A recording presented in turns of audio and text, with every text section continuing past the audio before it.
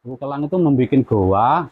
Setelah itu goa tersebut dihuni oleh suku Kelang tersebut dan anak turunnya yang kesini itu namanya Raden Wijaya. Raden Wijaya ngasuh Kawruh di sini. Jadi setelah leluhurnya Mbah Harjo diboyong ke Mojopahit Trowulan, itu di situ ada bangunan, ada ruang-ruangan, ada tempat untuk berdoa dan lain sebagainya. Terus dibawa lagi ke paling belakang di kuburan itu tadi. Nah, di situ ada seorang ratu yang duduk di tempat itu.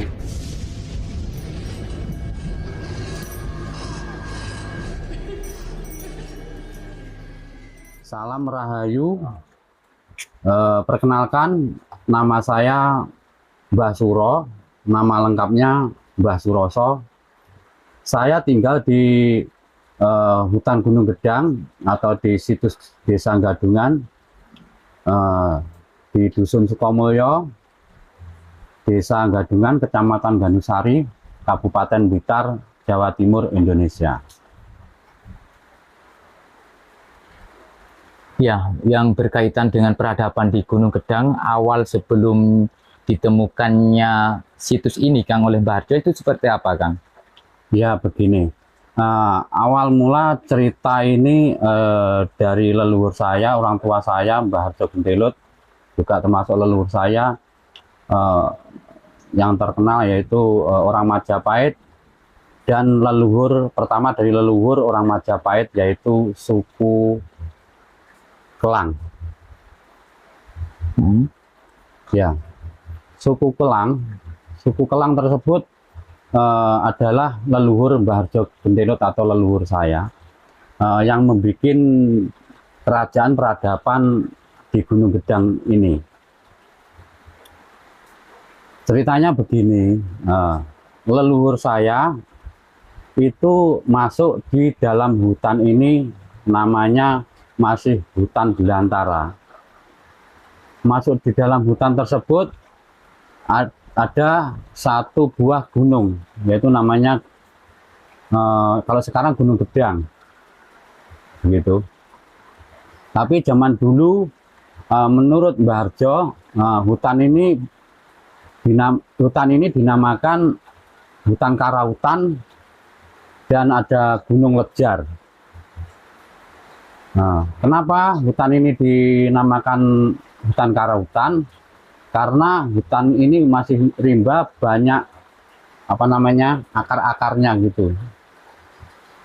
Akhirnya sama leluhur suku Kelang dinamakan hutan Karautan. Terus gunung di dalam hutan ini ada gunung yang awalnya belum punya nama. Leluhur suku Kelang tersebut membuat goa, dijadikan tempat berteduh. Lalu leluhur tersebut memberi nama gunung ini, diberi nama Gunung Lejar. Begitu ya awalnya. Setelah itu baru kedatangan Mbah Harjo di sini, begitu, kan? Belum. Tanya itu masih suku Kelang. Suku Kelang itu membuat goa. Setelah itu goa tersebut dihuni oleh suku Kelang tersebut dan anak turunnya. Terus waktu itu di sini belum ada candi, jadi di situ membangun di sekitarnya gua tersebut. Akhirnya di situ dibuatlah seperti apa ya, kayak untuk mengasuh Kawruh. Nah, pada sebelum tahun 92 itu pernah ditemukan arca Kenarok bertapa. Gitu ceritanya. Lalu gunung tersebut sama leluhur suku Kelang diberi nama Gunung Lejar. Kenapa dinamakan Gunung Lejar? Menurut Mbah Harjo, Lejar itu fajar. Jadi leluhur suku Kelang tersebut masuk di dalam hutan ini membuat goa. Itu difungsikan untuk ngasuh Kawruh dan lain sebagainya. Kenapa dinamakan Gunung Lejar? Karena bisa untuk mencari ketenangan batin atau pikiran gitu. Nah, seperti itu. Setelah Kenarok bertapa selesai, Kenarok lalu pindah ke Singasari, menikah. Singkat ceritanya menikah dengan Ken Dedes seperti itu ya. Lalu setelah itu ada ganti yang ngasuh kawruh yang ke sini itu namanya Raden Wijaya.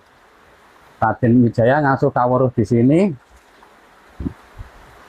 dan diiringi dengan pembangunan kerajaan peradaban di Gunung Gedang yang dinamakan sekarang Candi Waringin Ganjang dan situs Desa Gadungan ini. Nah, jadi dibangun ini semasa Raden Wijaya ngangsu kawruh di sini. Itu yang menjadi guru itu ya leluhurnya Mbah Harjo itu. Singkat cerita, setelah selesai Raden Wijaya mengangsu kawruh di tempat ini, membangunlah kerajaan di Mojokerto Trowulan. Singkat cerita lagi, Raden Wijaya mempunyai anak Ratu Tribuana Tunggadewi Jayanegara. Akhirnya Raden Wijaya mengutus anaknya Ratu Tribuana Tunggadewi Jayanegara semasa masih Mojo Putri, menurut Mbah Harjo, ngangsu kawruh di sini. Itu yang menjadi guru leluhurnya Mbah Harjo. Singkat cerita, setelah lulus untuk mengasuh kawruh di sini, Tribuana tersebut diboyong ke Trowulan, sekalian leluhurnya Mbah Harjo dibawa ke Trowulan sana ke Mojopahit, karena Tribuana diangkat menjadi ratu. Jadi setelah leluhurnya Mbah Harjo diboyong ke Mojopahit Trowulan, itu di zamannya anaknya Raden Wijaya yang bernama Raden Patah dari istri Putri Campa. Nah, singkat cerita leluhurnya Mbah Harjo sudah mungkin ya bisa berganti generasi atau turunan ya. Leluhurnya Mbah Harjo itu kan saya tadi cerita tidak mengurut ke angka tahunnya perpindahan tersebut. Leluhurnya Mbah Harjo itu dipindah ke Jawa Tengah, kerajaan Jawa Tengah untuk mengabdi sana ikut Raden Patah. Ya, ya. Nah, di tempatnya Raden Patah sana. Singkat cerita, pada tahun 1820 itu Mbah Harjo sudah lahir di sana. Pada tahun itu sudah lahir di sana. Itu ada peperangan Pangeran Diponegoro dengan Belanda di sana. Jadi Mbah Harjo waktu itu berumur sekitar 13 tahun, kalau enggak, kurang lebihnya seperti itu. Nah, akhirnya orang tuanya Mbah Harjo itu yang perempuan menjadi peladen masak kerajaan, yang laki-lakinya prajurit berpangkat Demang. Jadi ya ikut memerangi Belanda di Jawa Tengah sana, gabung dengan Pangeran Diponegoro, menjadi pasukannya Pangeran Diponegoro begitu. Singkat cerita, peperangan itu kalah. Akhirnya Pangeran Diponegoro singkat cerita ditangkap oleh Belanda begitu. Soalnya peperangan itu lama sekali, puluhan tahun. Ya. Nah, akhirnya Pangeran Diponegoro ditangkap. Pangeran Diponegoro mempunyai permintaan. Pasukannya yang masih tersisa, yang masih hidup ini suruh membebaskan. Akhirnya termasuk orang tuanya Mbah Harjo yang bernama Mbah Tuwikromo yang berpangkat Demang itu dilepaskan dengan teman-temannya kembali ke tempat kelahirannya leluhurnya di Blitar sini. Zaman Belanda itu. Zaman Belanda, tapi tidak langsung ke sini karena kerajaan peradaban ini sudah tertimbun oleh tanah. Jadi ke Desa Popohlingi, tempat tinggalnya orang tuanya Mbah Harjo, makamnya masih ada di sana, tidak mati. Ya, gunung ini kan memang terkenal dengan Gunung Gedang ya Kang ya.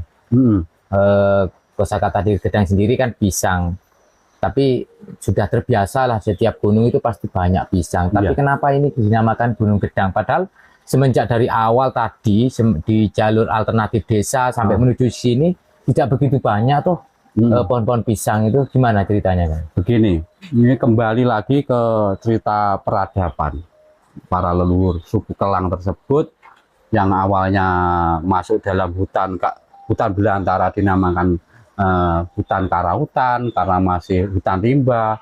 Gunung itu belum punya nama, diberikan nama Gunung Lejar itu. Terus karena setelah itu selain leluhur itu membuat gua untuk berteduh dan lain sebagainya, dengan berjalannya waktu dan tahun membangun kerajaan peradaban yang ini sekarang ini candi ini. Akhirnya hutan belantara tersebut, hutan karautan tersebut menjadi padang, nggak menjadi hutan, jadi padang. Akhirnya dinamakan Gunung Gedang seperti itu. Terus yang berkaitan dengan Mbah Harjo menemukan artefak angka tahun Saka itu seperti apa itu? Ya, begini. Jadi penemuan sementara mulai tahun 1992 pertengahan, saya ikut menemukan begini. Selain angka tahun itu juga ada Tugu Brawijaya, juga ada patung ratu. Patung ratu yang memakai busana adat Jawa, juga memakai topi ratu gitu, kulo, seorang perempuan gitu. Temuan yang ditemukan oleh Mbah Harjo tersebut, angka tahun itu pernah saya telitikan di Trowulan Mojokerto, itu kurang lebihnya tahun 1223 gitu. Terus angka tahun tersebut ditemukan di lokasi menurut Mbah Harjo itu kuburan. Karena waktu diangkat angka tahun itu ada sebuah kuburan dua, gitu. Ada satu buah Brawijaya, Tugu Brawijaya, termasuk angka tahun tersebut diangkat, dipindahkan ke dekat makam Mbah Harjo, itu kuburannya. Terus di situ dengan berjalannya tahun saya juga mendapatkan petunjuk dari leluhur bahwa saya itu digandeng seorang laki-laki tua yang mengarah ke Kaputren. Itu di situ ada bangunan, ada ruang-ruangan, ada tempat untuk berdoa dan lain sebagainya. Terus dibawa lagi ke paling belakang di kuburan itu tadi. Nah, di situ ada seorang ratu yang duduk di tempat itu. Akhirnya kan saya digandeng sama orang tua itu. Orang tua itu bilang begini, ini adalah anaknya Mbah Harjo Gendelut. Mbah Ratu itu tersenyum lalu begini. Setelah itu besoknya saya penasaran, itu apa petunjuk atau bunga tidur kan gitu. Akhirnya saya gali sampai setinggi saya ini. Saya awalnya nggak mendapatkan apa-apa. Akhirnya saya sudah capek. Saya amati ini galian saya ini ada bekas timbunan lahar sampai berapa kali letusan itu ada. Akhirnya paling bawah itu saya ceker pakai tangan gini kan, tanahnya itu halus gitu. Terus bawahnya itu keras. Wah, ini latarnya orang dulu. Aku begitu. Terus saya garuk pakai tangan mengarah ke utara. Saya menemukan abu. Saya dulit gini. Ini ada suaranya. Bahwa itu adalah abunya Ratu Tribuana. Kamu ambil itu, ini bisa buat penting gitu. Saya merinding, saya akhirnya nggak jadi mengambil si abu itu tersebut. Saya timbun. Nah, bermaksud saya timbun, ternyata di atas tuh saya menyangkul batu di paling atas itu, cuma ketimbun pasir segini. Akhirnya saya bersihkan pasirnya, itu ada reliefnya. Terus saya bersihkan samping-sampingnya, itu ada tatanan batu gitu, selebar segini, panjang kurang lebih 2 meter lebih dikit, menghadap selatan timur. Nah, Mbah Harjo itu pernah ngasih tahu saya bahwa di situ itu ada kuburan dan ada namanya simbol kumambange watu gombong tenggelamnya watu gombong kumambangnya batu hitam gitu kan. Akhirnya ternyata yang ada reliefnya di atas itu batu hitam, yang ada reliefnya di bawahnya itu ada watu gombong, yang dimaksud tenggelam di bawahnya batu hitam. Terus akhirnya saya dapat petunjuk atau ada tamu dari Bali yang paham tentang relief tersebut, itu adalah perabuan untuk pembakaran jenazah tersebut. Ya, jadi yang ditemukan Mbah Harjo itu masih belum ada agama lain, masih ajaran leluhur, jadi masih kuburan. Akhirnya ada Hindu atau Buddha itu sudah dibakar, ya aben itu tadi. Ceritanya seperti itu. Terus bila teman-teman pengen tahu bukti cerita saya ini, bisa melihat di museum. Jadi penemuan simbolnya Gunung Pisang ini tadi, ada patung pisang ada di Museum Penataran, patungnya Ratu Tribuana ada di Penataran, ada patung Arcapala ada di depan Pendopo Trowulan Mojokerto, itu dari sini. Dan masih banyak temuan-temuannya lain dibawa di museum.